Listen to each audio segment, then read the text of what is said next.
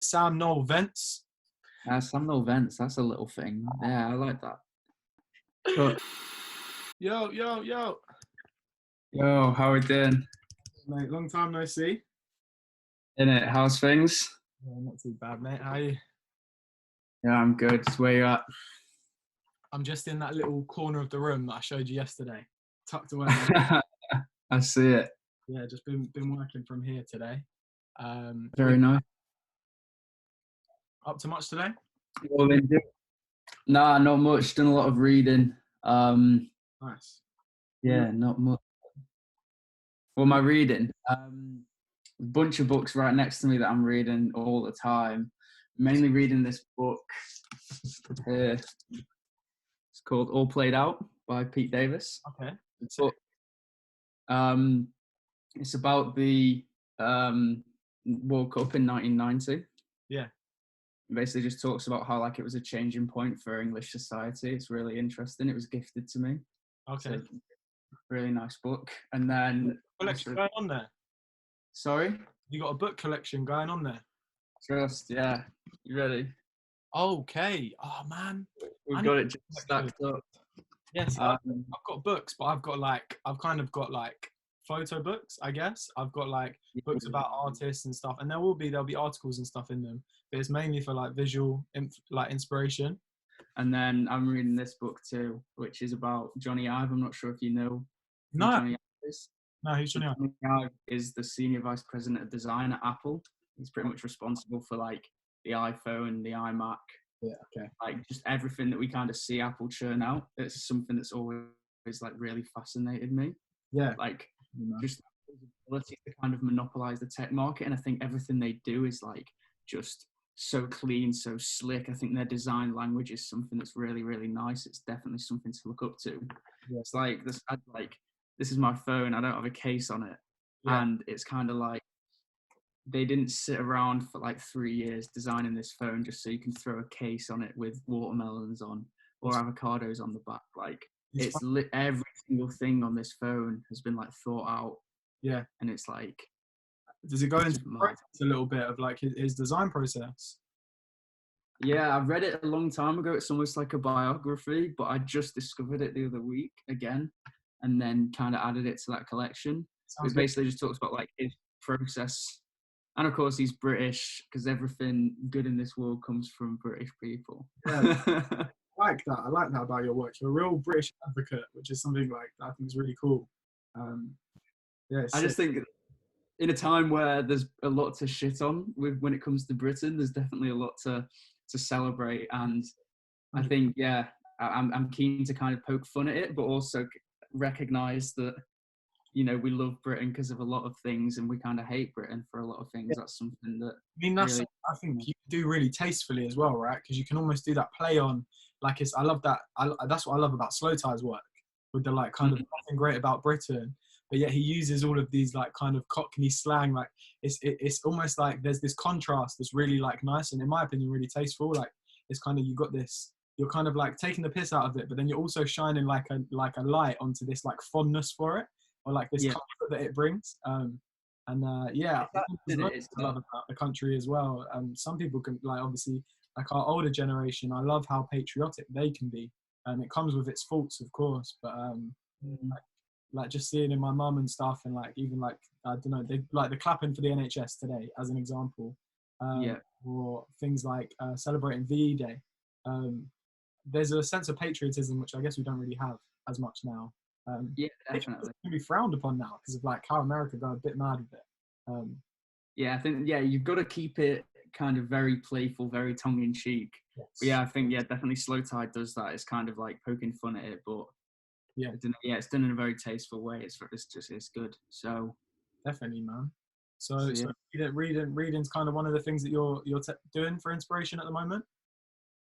Yeah, I do a lot of reading. I mean, I think because reading, it's just anything that I say now, it's just going to sound kind of pretentious, but it's kind of good for sort of every sort of aspect of stuff. You know, you can get graphics from it, or you can get words, captions, kind of phrases that you want to pull into your designs, or, you know, even just layouts of how things look and stuff like that. You know, especially reading, if you get a range, sort of looking at biographies, photo books, Yeah. And then, you know, your ID magazines, your Days magazines. It's really interesting. Yeah, I think that's, you know what, that's one of the things as well. I think once I get my studio set up, that's something that like kind of getting these materials, like I've already kind of got a little bit of a vinyl collection. I got my ID mags. I've got a couple books that I'm like fond of that I've got ready. I think really kind of getting, when I've got my own space and I've got my own kind of luxury of being able to lay it out how I like, I think that's when I'll really kind of like look into it. I'm not gonna lie, like reading this, the Phil Knight book it's like, I'm just reading it all the time. Like I keep stopping doing what I'm doing in the day because it's like I find it really motivating. It's mad. Yeah, it's the same sort of thing, isn't it? It's just like reading this journey and looking at the process of how people went from, you know, where they were to where they are. It's motivating, definitely. Yeah, crazy to see. Like, especially like I guess in the case of Nike, because it is of the last 50 years, 50, 60 years. Yeah, it's just taken over the world. I guess it's the same with looking at Apple as well. Like they're kind of brands to look at and really admire and aspire to kind of, they're just household names now, aren't they? Do you think you aspire to be a household name? Is that what you want? That's an interesting question. Do I aspire to be a household name? Do you know what? Actually, I don't think I do. I think I've always spoke about, because we've spoken just with friends and stuff before about the idea of fame and kind of the different extents that you can reach. And I think realistically, there's being too famous and being the face of a household name, is being too famous. I think Virgil is like an ideal level of fame. Maybe not even now, but he maybe was before, when anyone that knew him and would approach him would do so because they were a fan of his. He wasn't like a rapper or a basketball player or a footballer that they hear the name and they're like, oh, I'm going to get a photo of him because my nephew might like to see it. Like my mum got a photo of Anthony Joshua, and it was kind of like a little bit of a thing that she wanted to show me it. I don't think I'd want that type of fame. Get stopped all the time. But I like the idea of having like maybe something like an art form, or even a lot of my friends DJ, and I think a DJ is quite a cool one, because if you aren't a big commercial DJ and you're a techno DJ or something, the people that know about you are fans. People that you'd kind of get noticed by and then communicate with are going to be people that are fans of your work, or people that have maybe that are like-minded to you. And I think that's crazy, man. Can you imagine that people that have stuff in common with you without you even knowing just approach you and just come to you all the time? Like, I think there's kind of there is something really cool about that, and kind of scares me at the same time, the idea of fame. No, definitely. I think it's. I mean, you look at the other side of it. It's Margiela, isn't it? And how there's something stupid like only 7 pictures of him ever publicly released, and just was never interested in the fame. Just kind of wanted to create clothes, and hasn't made a public appearance in the last 10 years. And that's kind of like the opposite end of it, is like just the motivation isn't for his face to be known. It's like his clothes speak for themselves. It's just about the clothes. Yeah. So that's something I admire. I just think it's a lot more difficult to be like that in the modern world, though, isn't it? Like I don't think that could happen nowadays. For someone to kind of be starting out and get to being as big as Margiela is, or even just getting to be substantial without really being known. I can't think of any examples really. I think, but would you not think that that's like the real test of a good brand? If like you don't like the clothes because it's associated with like a personality, it's literally just the clothes. Like, you've got to look at it that way. And I think definitely like the mysteriousness of him definitely adds to how his clothes are perceived. And I think you have that with a lot of other people. I think, you know what? I think you actually get like a little bit of, there's a luxury that comes with that as well, because you as a person can't really be pinned to it. I feel like once people know who you are, especially like, for example, music's a good example of that. And like, for example, within rap music, people can quite quickly judge your art by the person as well. And if you've got like kind of that distinction, or people that there's a mystery about you, your art is just solely judged as that. And I feel like that's kind of what all artists intend it to be judged as. I feel like when you create, you don't want yourself to be judged at the same time as your clothes. Use it. No, definitely. But then, yeah, I don't know. Fame's a weird thing, and I think a lot of people, deal with it in different ways, and it's beneficial depending on the sort of fame that you own. Like, you'd sort of say, like, the Kardashians' fame is really kind of beneficial for them. Yeah. Because I was reading some article and it talks about, it kind of claps back at comments about Kim Kardashian not having any talent. Okay. And what it says is that Kim Kardashian is actually like, this incredibly like innovative, like she's pretty much like a marketing genius, because the way that she will sell stuff on Instagram or market, new creams or new, Botox regimes, is that it's the wording that she uses sounds as if she's like, it's a recommendation from a friend. Right. I'm much more inclined to buy it. Yeah. And I think, it's hugely successful, and especially for like the Kardashian, like Jenner brand, the way that they're like seen, they have the reality show, so everyone knows them and feels connected to them. Yeah. And I think it plays into how like these teenage girls will sort of like be lying in bed at like 2 a.m, but they kind of feel connected to Kim Kardashian because they can see everything that she's doing through her Instagram. Yeah. There's that connection that you get now with these social media platforms. It allows you, and that's the idea as well of like the personal having like a personal trait that complements a brand. How we were speaking about the other day with like how art direction and marketing can kind of complement, like your own personal account or something can complement a brand. I think that's the benefit that brings. Yeah, you're allowed to put stuff out there and communicate as if you're communicating with a friend, people you don't know. Which is obviously something that we've never really had before. And it's something that I guess any brand owner nowadays has to utilize to be successful. Maybe not has to, but it's like, I think it's part of business. Like Kim Kardashian is a businesswoman. She's not like an influencer, not in my mind anyway. No, that's it. And Kris Jenner's the mastermind behind it all, and everything that you ever hear about the Kardashians is perfectly orchestrated. Nothing's ever an accident. It's the same with Kanye. Kanye says some wild shit, but everything that he says will go through at least 5 people. Yeah. Before, like, I'm a huge Kanye fan. I know you're a huge Kanye fan. And although it seems kind of crazy and outlandish what he's saying, it will have been okayed by like a PR team. He's not unhinged. Yeah. Because everything that he says, whether controversial or not, plays into how people perceive him and plays into like people listening to his music and buying his stuff. So it's that thing like any press is good press. Like everything that he says has been orchestrated so that they say it and so that it comes out that way, like to provoke the big thing. Go on. It's almost to provoke a reaction. It's that idea that you say, like, it's just, you can say something and it's going to get this amount of press. It might not be positive, but it's going to get that many people speaking about you and keeping you relevant, I guess, which I don't personally think he needs, but that's it. Yeah. I wonder, it's like all like the Kylie Jenner being pregnant thing like a year and a bit ago or whatever, like that is all orchestrated by them. They push them rumors out. Yeah. Do you know what I mean? And it brings more attention and it brings more people just to them who would have never clicked on their profiles or done anything. Yeah. It's just celebrity culture, man. That's where we live. That's anyway, it's interesting. How we've got Kardashian talk.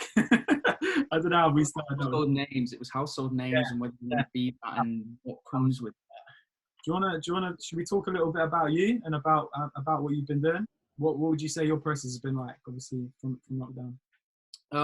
I spoke like 2 weeks into this whole period about my process and everything, and I kind of described it as business as usual, really, for me. I think that's what it was back then.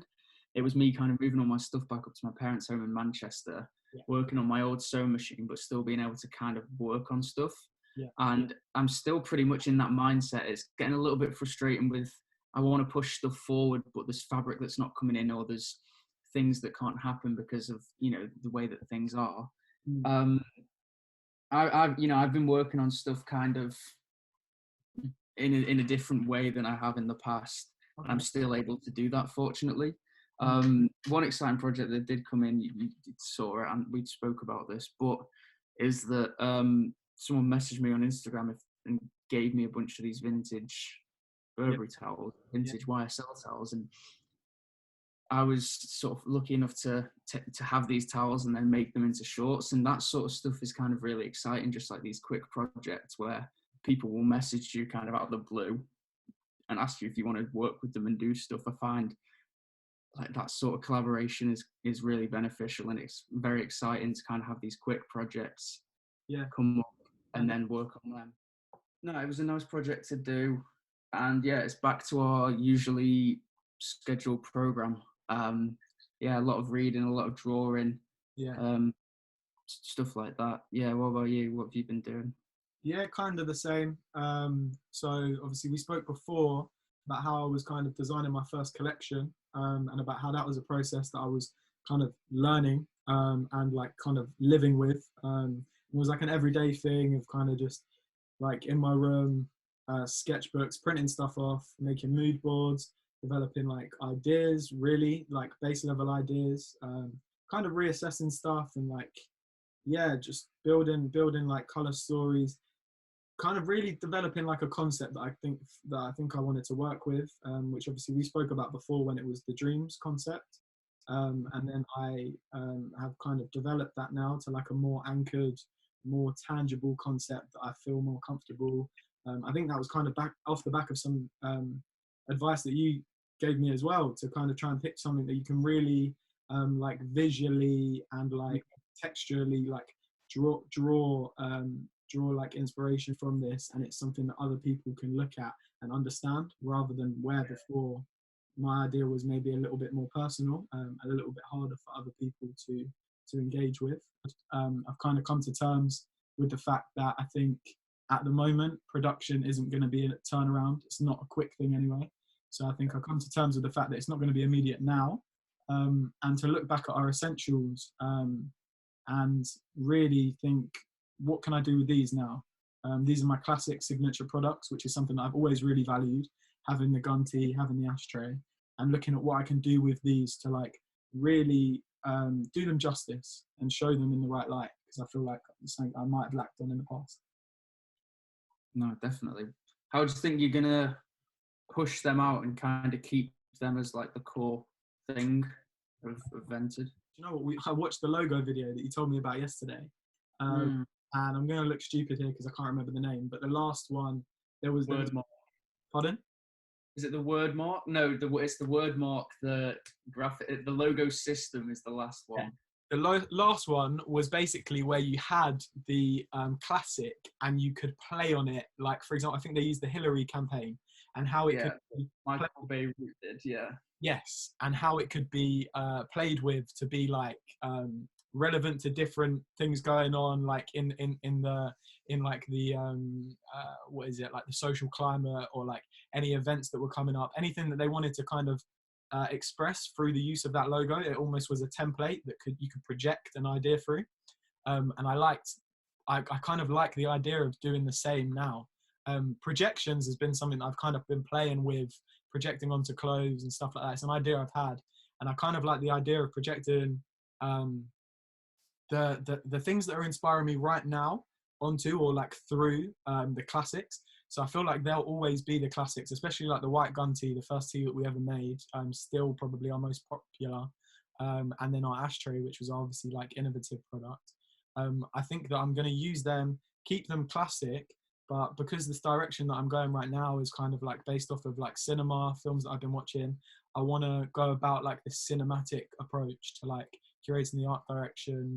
For the first time, I think we've got ideas that for art direction, which I'm actually excited about going out, like curating, like making happen, and then taking it and putting it on Instagram, which obviously is something that I've never been too like jump at the gun to like try and like put something on Instagram and promote it there.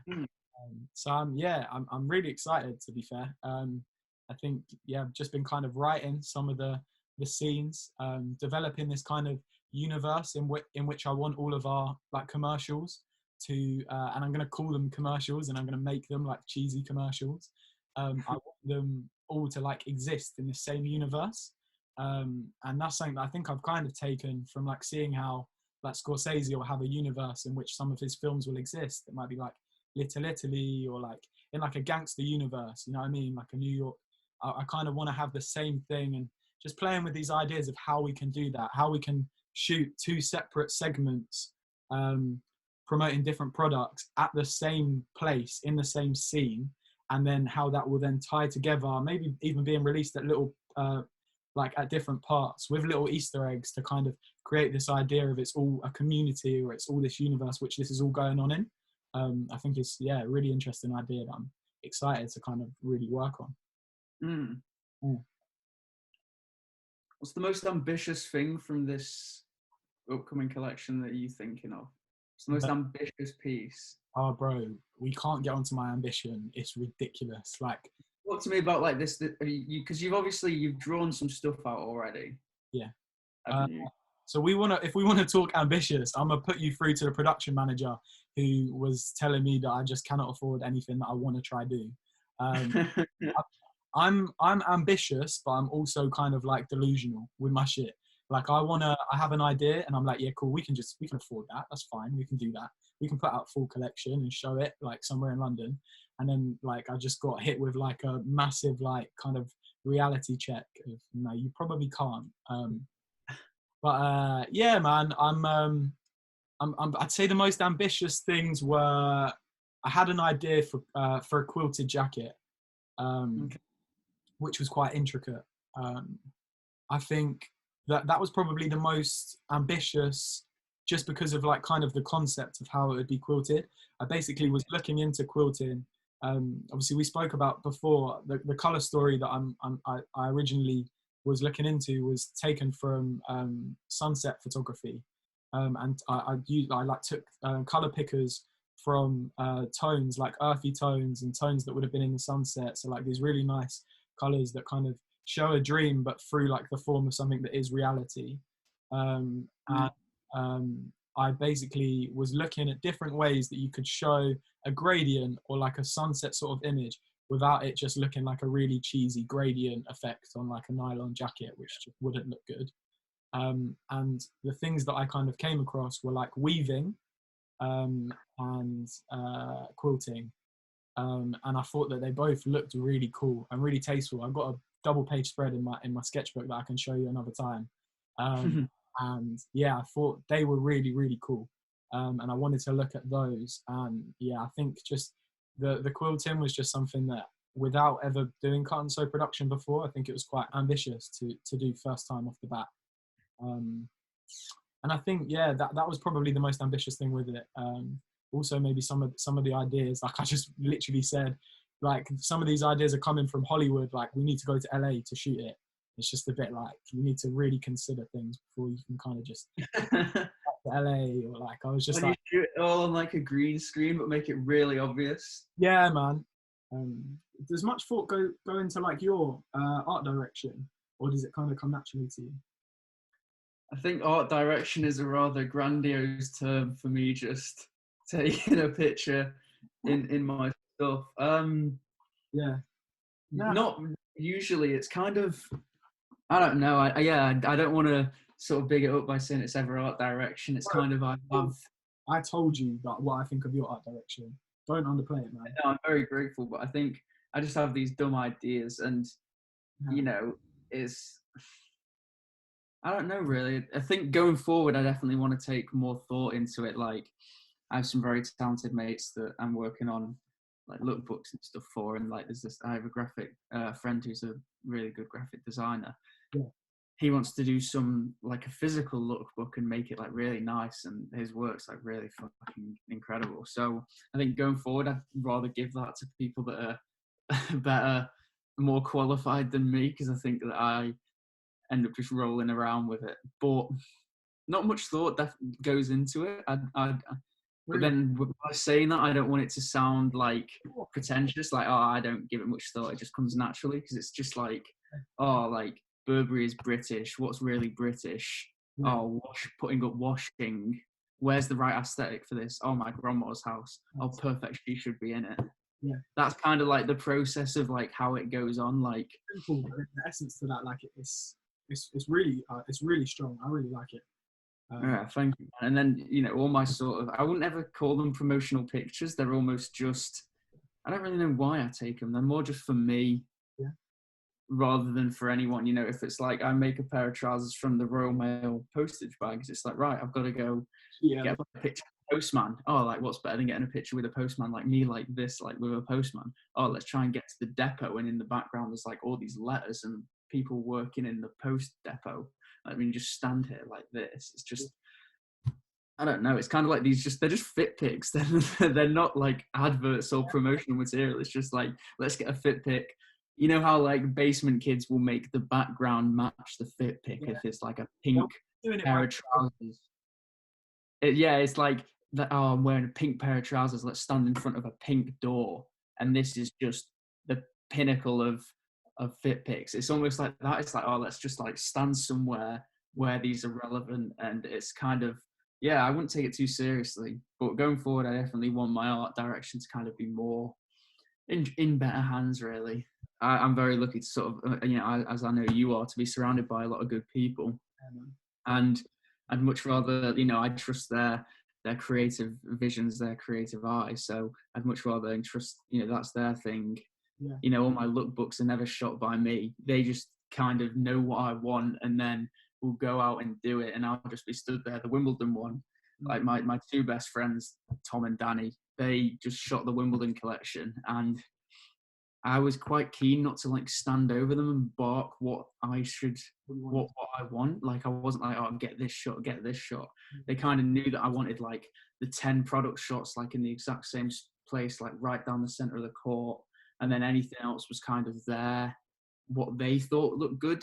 Yeah. And I just throwing the tennis ball around the tennis court for like the best part of 2 hours, whilst they just went off and did it. Because I don't know, I'm not paying them, so it's not, I'm not their boss. Like they do what they want with it, and in the end, if they get some good pictures for their portfolio and I get some good pictures for my, you know, for my work, that's kind of the best of both worlds. That's really what the special projects thing is. I'm wearing the hoodie, just the special projects, and under here is like all the people that do stuff for me, and my brother, because he has to be on there, doesn't he? But that was really what it was. It was just acknowledging that we all have our own creative interests and we can pull them together.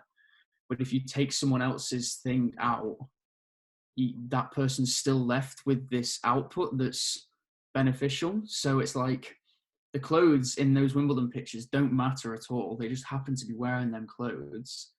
But them pictures on their own are just a really nice sort of thing that then that, you know, Danny or Tom can put in their portfolios and say like, oh, these are just nice pictures. It doesn't matter what they're wearing. Yeah. That's kind of the special projects thing. It's like you pull things apart and everyone kind of still has their own creative thing. They're not defined by me as the sole person for putting them all together. Anyway, we got more into that. Sorry, when we talked about green screens, I realised that you can do some green screens on here. On here? Can I go on you know, you can do like bullshit ones like the San Francisco Bridge and stuff. How did you do that? You go on the arrow, right, and you go on choose virtual background. Well, I was on here with like my mates, and we ended up putting like a load of stupid pictures. And the ones that I did like aren't that stupid. I got some England fans. Pretty funny. I got Charles and Diana little commemoration plate. I got this, which is funny. If we don't mirror it, you can kind of see. Wait. It's like a Burberry cup. And then you got this guy getting arrested who apparently looks like me, but he doesn't really. But it looks like you. Is that what they said? Yeah, but I don't really see it. No, I don't really see that. I thought that at first, just because you were kind of in front of the guy's face. I thought you were getting arrested. What's that? Yeah, this is just a nice picture that I have on my laptop that I put. It's the Met. Is that what you do? Like when you're jumping on a proper like professional call, you chuck that on, and just like make people think. Just in the studio, yeah.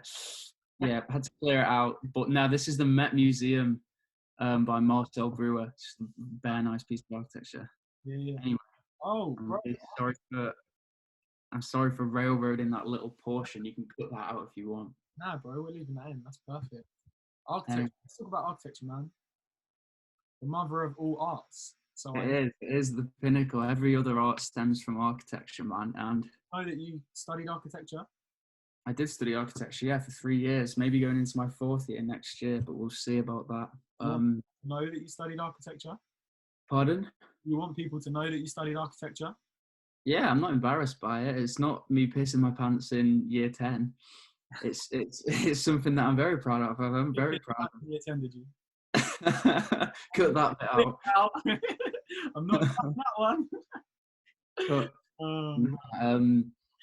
I'm very proud of my architecture. I think I'd rather say that I studied architecture than say that I studied fashion, I think. And wow. I think, no, it's a very interesting topic to me. I'm still fascinated by architecture, and you know, it was really studying architecture and being in these design studios where just everything was kind of happening.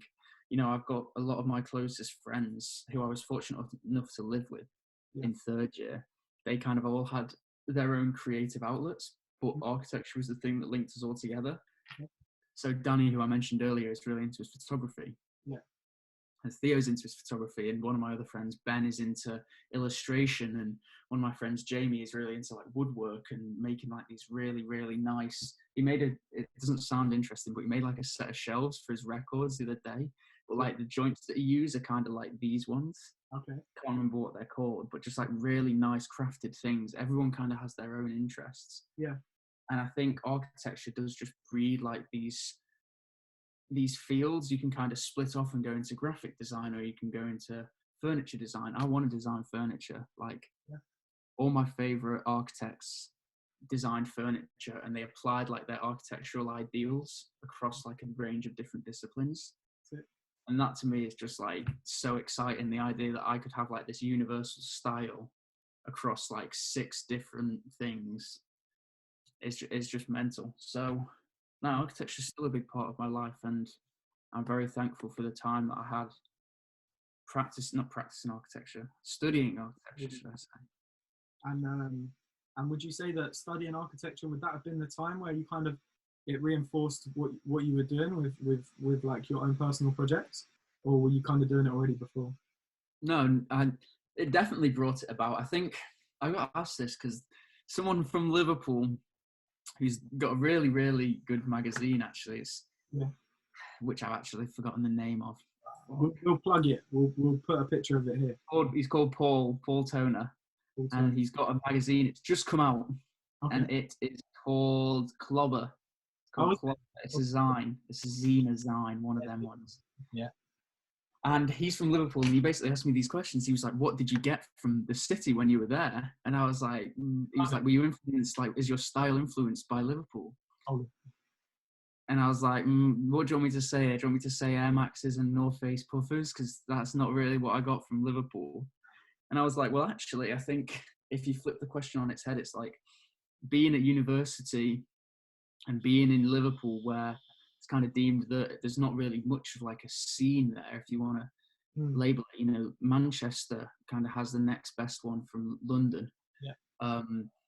But I think you go to university and you're exposed to all these different people from different backgrounds. And I grew up in a village just outside of Manchester, and there's nothing kind of happening here. Everyone's kind of the same, and you go to university and you get a job, and then you kind of maybe come back and start a family, and that's just what happens. But going to university and seeing people dressed just really, really strangely, to me at least, when I first started, and realizing that you have this time to forge, to be yourself, is really when I started like pushing, I guess, like my style, and pushing the idea that clothes and the way that you present yourself is like an extension of your personality.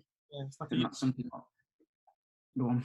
Like a uniform, isn't it? Like you can kind of express, you can kind of see things you have in common with people that you kind of dress like similarly to. Exactly, isn't it? Like you can tell if what music someone's into by the clothes they wear, and I will constantly, I wouldn't say judge, but definitely like look at people on the street and kind of be able to pick them apart, or think that I can pick them apart by the clothes that they wear. And it got to the point of just trying to be as original as I can, hence the haircut and hence all this stupid stuff. And then realizing, well, the next step up from that is to kind of make your own clothes. And if you wear something and no one else has it, that's as individual as you can kind of get. And that's in it, creating your own clothes. That's it, innit? And I had this sketchbook in architecture school. You're given a sketchbook, and I found myself drawing clothes way more than I was drawing buildings, because I think buildings for me were never as interesting, because it's a laborious process drawing drawing a building. Sorry, it's and at the end of it, it was much more interesting drawing clothes than drawing walls and doors. Yeah. So, yeah, I think architecture, I needed something to do with my hands that was quick. Like, I wanted this quick, like, creative release, and drawing buildings that were never going to get built wasn't really satisfying me. I needed to, print t-shirts. The first t-shirt I ever printed was in my friend's Hall's kitchen, Danny, who I've name dropped a couple of times. Danny Delabastide is his full name. He's an incredible guy.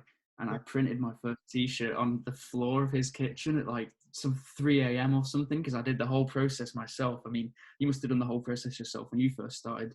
Yeah. The emulsifying, and then setting the UV lights on it. And with that, I had problems with it, but yeah, I went through. It's a nightmare. It's an absolute nightmare. It's just a waste of time. I hate it so much now, but you've got to kind of do it to learn and build yourself up. Yeah. So, yeah, architecture is a big part of kind of making me, I don't know, who I am, and sort of forging this design style, if you could call it a design style, out of me. So would that have been first year of university? First year of university was when I printed my first t-shirt, and then... Is that the first kind of clothing design you done, the t-shirt you printed? Yeah, and the thing, like, I had... I mentioned this in an interview, and it's kind of like a stupid comment, but the guy I said it ended up loving it. And used it, when they have like the quotes singled out in the interview.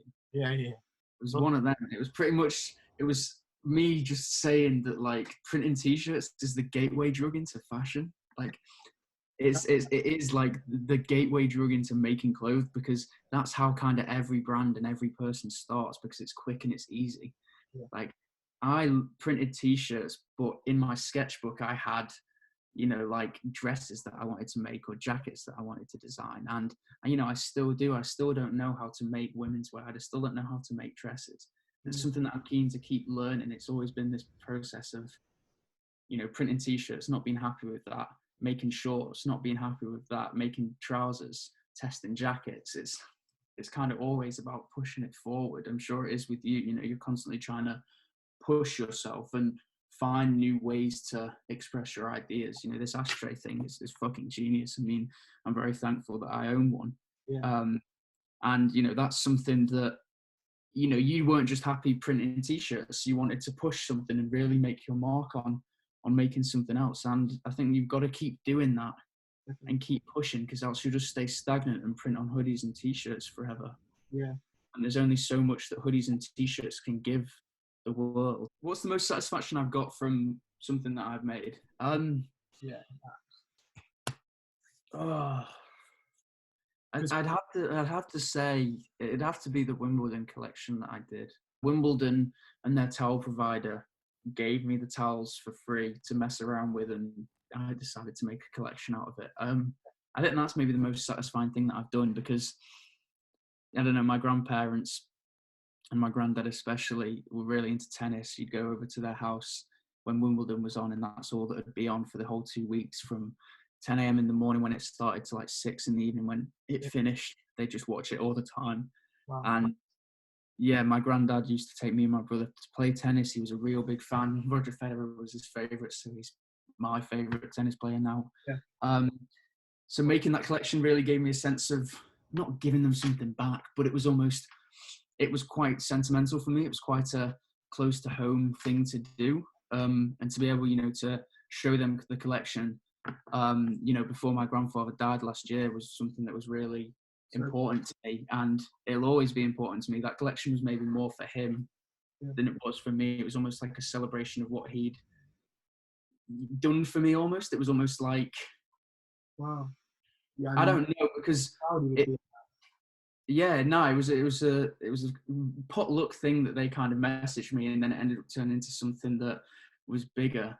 But it was almost like I felt just very proud of that collection, very proud. I'd never worked on a 14, 15 piece coherent collection for it to all come together and to work on the lookbook and to work on these t-shirts and tennis balls, it was something that was really satisfying, because we talked about it before, about the shift from just one-off pieces to a full collection. It's much more enjoyable because you get to think about everything. You get to think about the pictures and the promotional material and the, you know, everything with it. And that, you know, I just got a load of satisfaction from that. And then you add on top the sentimental value. It was just this incredible time in my life, really, to do that and to kind of prove that, I don't know, if you give me a task and you give me like all these towels or all this material, I can turn it into something more than just a pair of shorts, which is what I'd kind of been focusing on prior to that.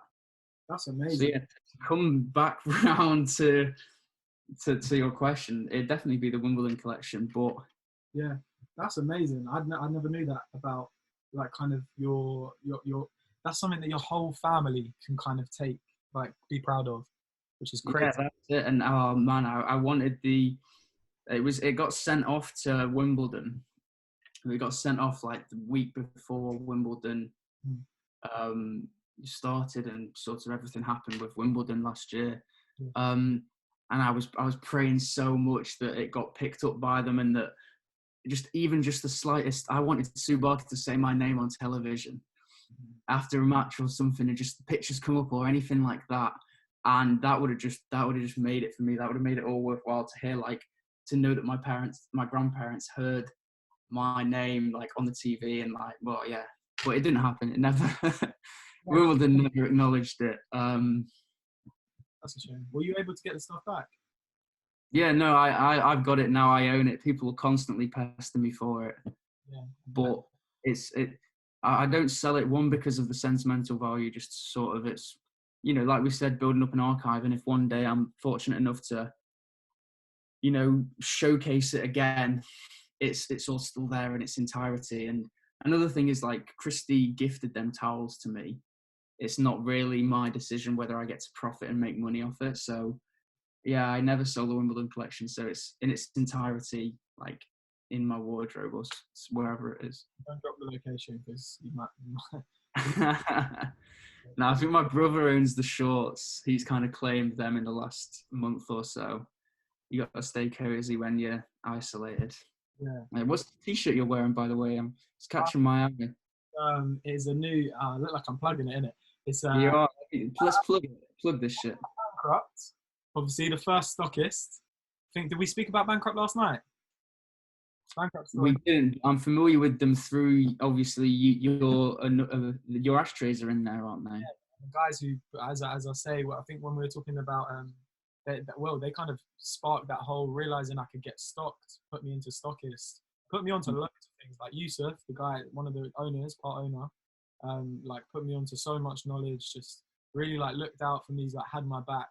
And this is the first time. We've been telling them for time that they need to do their own, like, branded stuff, because they're obviously a stockist, and they're, like, crazy good with graphics, and they've just kind of been, like, taking their time with it, wanting to do the perfect ones, and they've done it.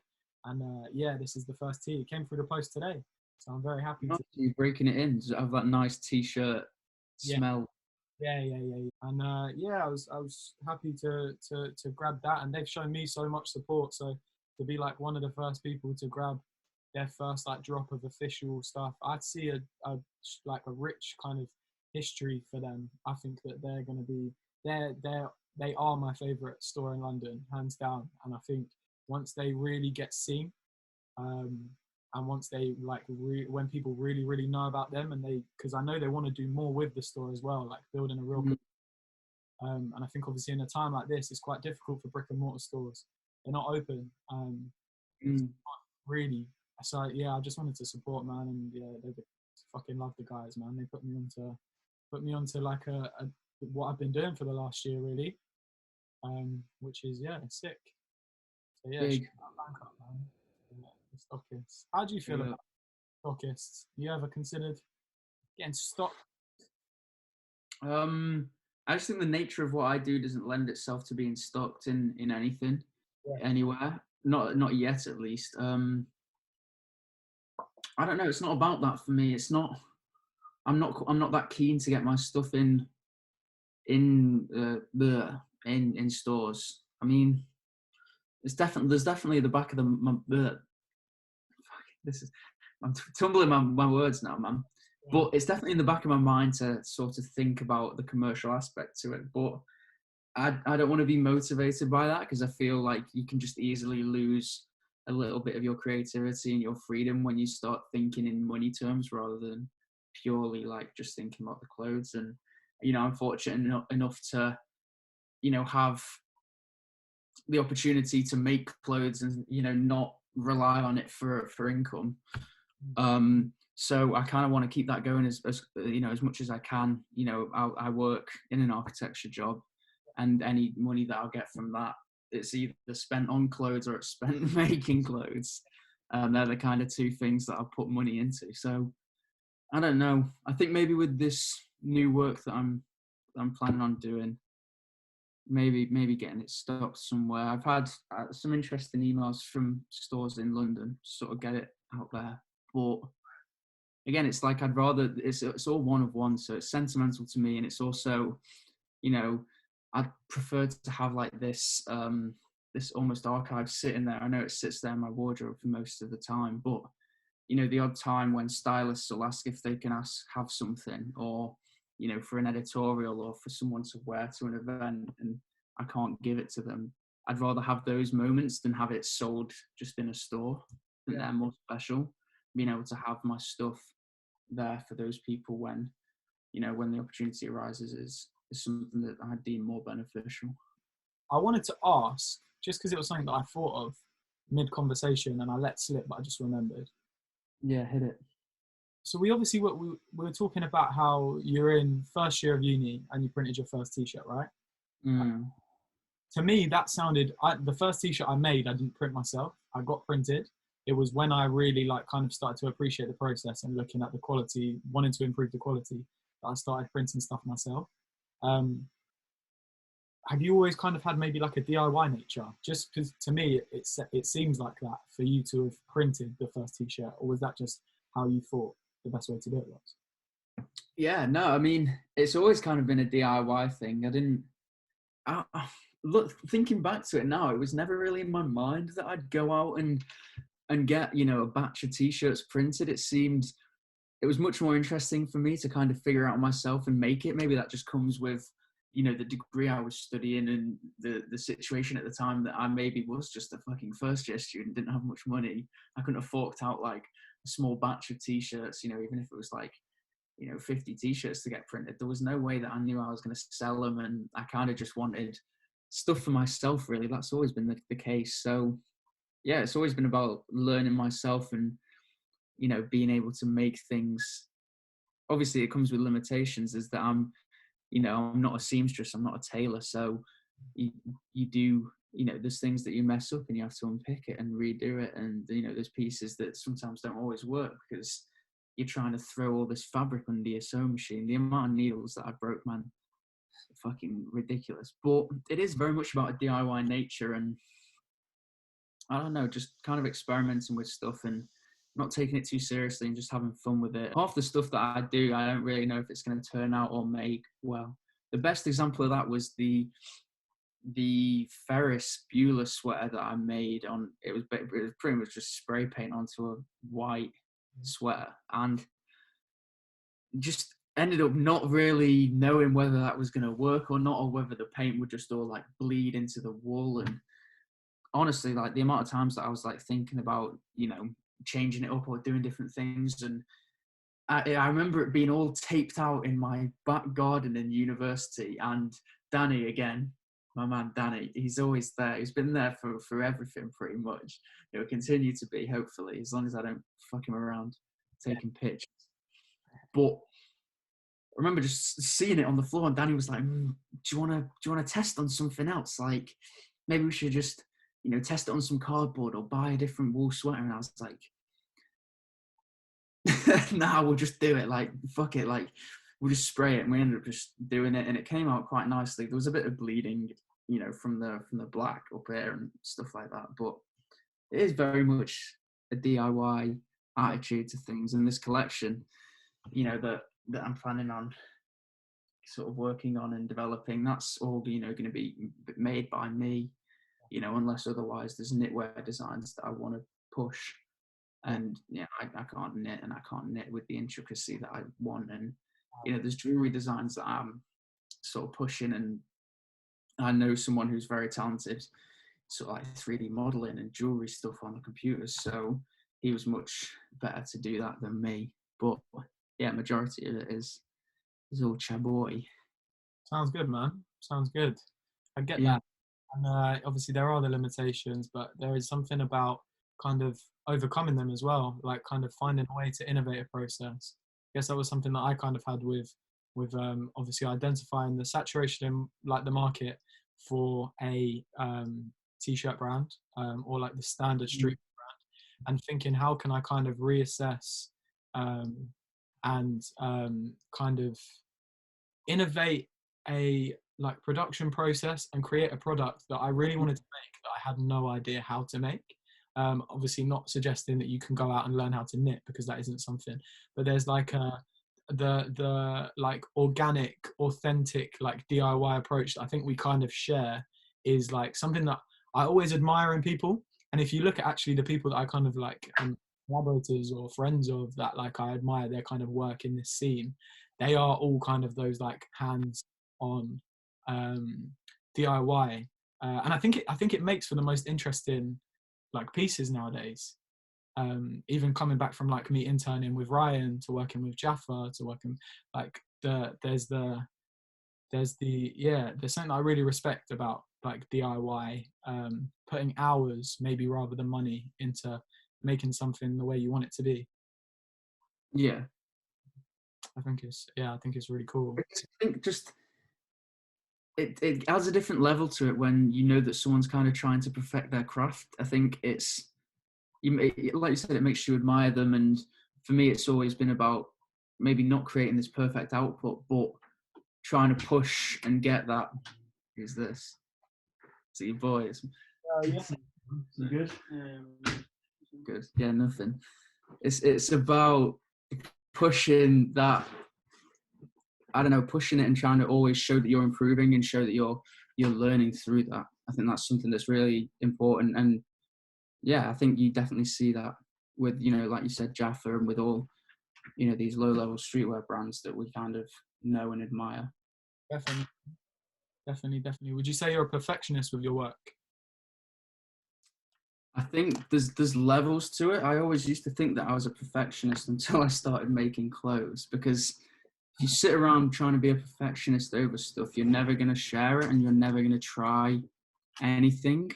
Like,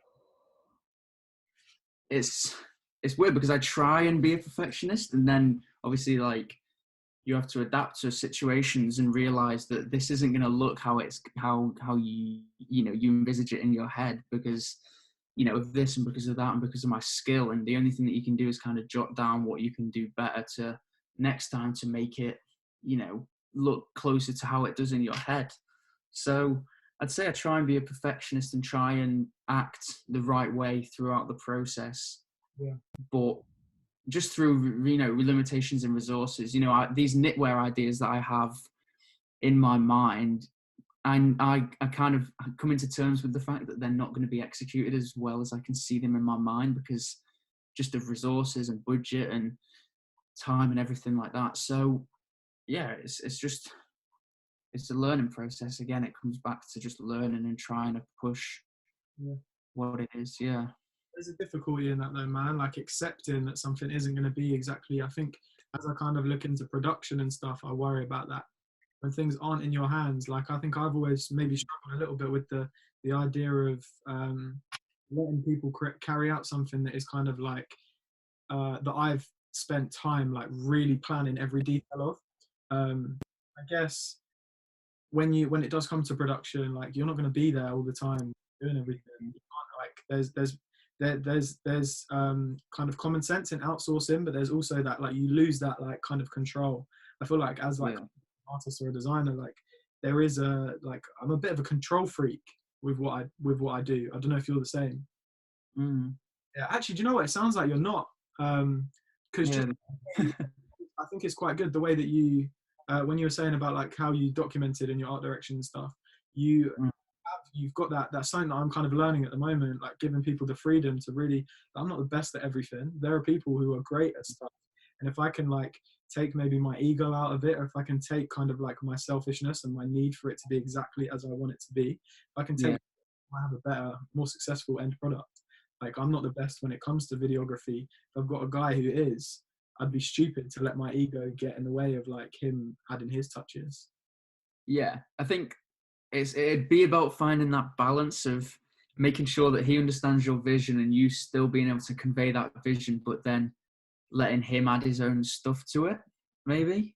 But I don't know. I still struggle with it because I feel like I allow, Tom and I allow Danny to do their own thing, but it's never really their own thing because it stems from me. Like if they had their way, they might not even be doing this. Like they're doing me a favor at the end of the day.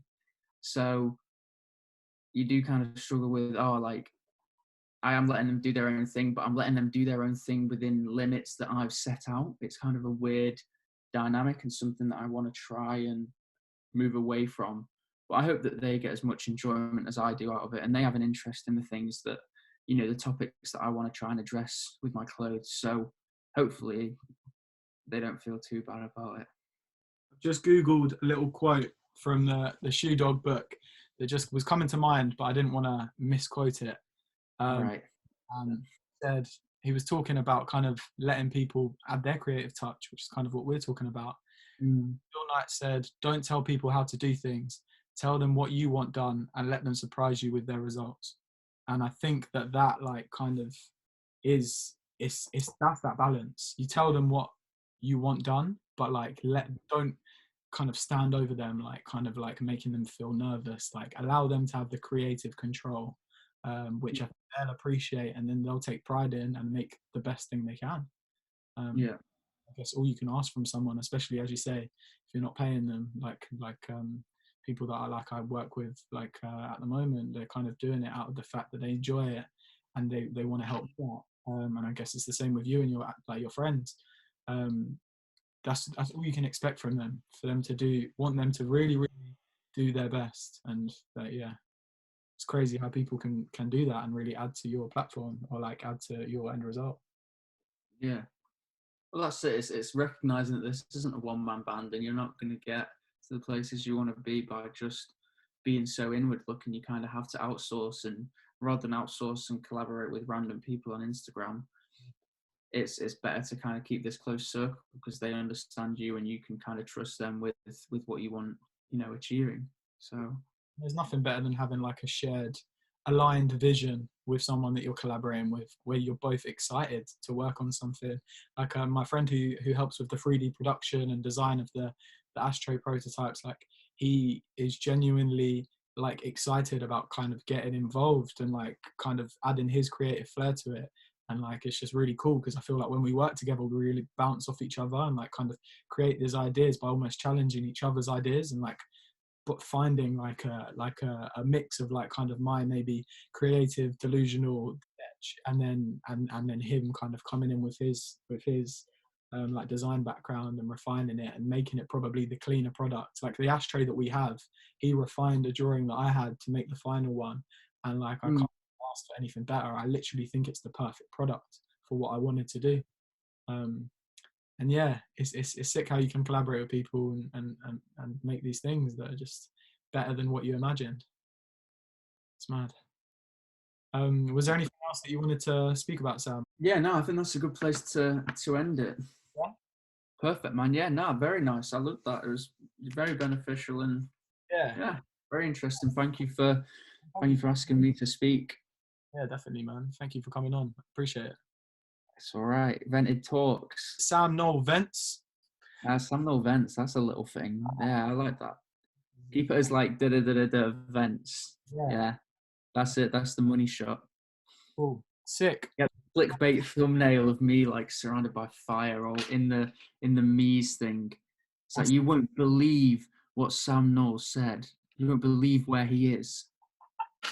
That's the thumbnail right there, man. Get that clickbait. Yeah. Peace, man. Right, sweet. Well, it was good to speak to you, man. I appreciate it. Yeah, always. Big love, man. Speak soon. So You too. Bye. Bye.